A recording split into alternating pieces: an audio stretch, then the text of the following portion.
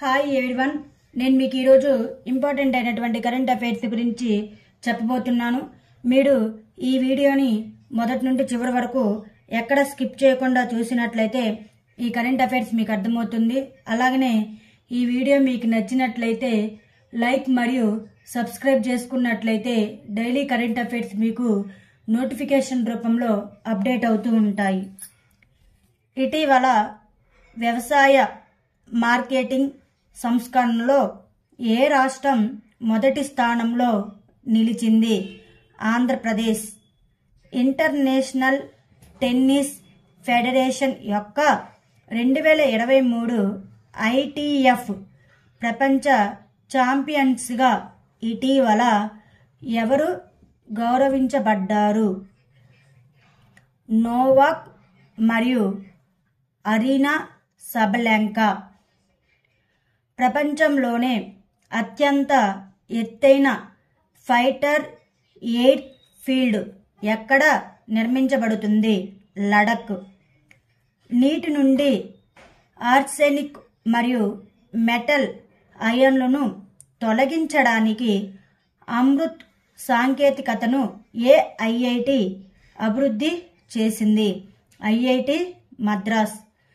The week హంస research 2023 ద్వారా best multi speciality hospital emerging విభాగంలో ఏ ఆసుపత్రి అగ్రస్థానంలో ఉంది? Aster mid city. ప్రపంచంలోనే అతిపెద్ద ధ్యాన కేంద్రాన్ని ప్రధాని మోదీ ఏ నగరంలో ప్రారంభించారు? వారణాసి. IPL చరిత్రలో రెండో అత్యంత ఖరీదైన ఆటగాడిగా నిలిచిన పాట్ కమిన్స్ను ఏ జట్టు కొనుగోలు చేసింది? Sunrisers Hyderabad. ఇటీవల టాగూర్ సాహిత్య పురస్కారాన్ని ఎవరు గెలుచుకున్నారు? సుకృతపాల్.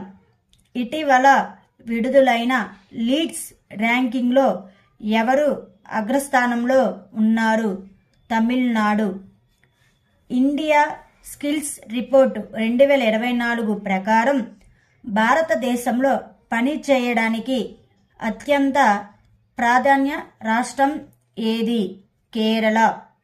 ఇటీవల ఏ విమానాశ్రయానికి చెందిన T20 ప్రపంచవ్యాప్తంగా అత్యుత్తమ అందమైన విమానాశ్రయంగా గుర్తింపు పొందింది? బెంగళూరు విమానాశ్రయం. ఇటీవల 2024లో భారత గణతంత్ర దినోత్సవ వేడుకలకు ఏ దేశ అధ్యక్షుడిని ఆహ్వానించారు? ఫ్రాన్స్. భూమి రాశి పోర్టల్ అనేది ఏ మంత్రిత్వ శాఖ యొక్క చొరవ? రోడ్డు రవాణా మరియు రహదారుల మంత్రిత్వ శాఖ. ఒక సంవత్సరంలో 100 మిలియన్ల మంది ప్రయాణికులను తీసుకువెళ్లిన మొదటి భారతీయ విమానయాన సంస్థ ఏది? ఇండిగో.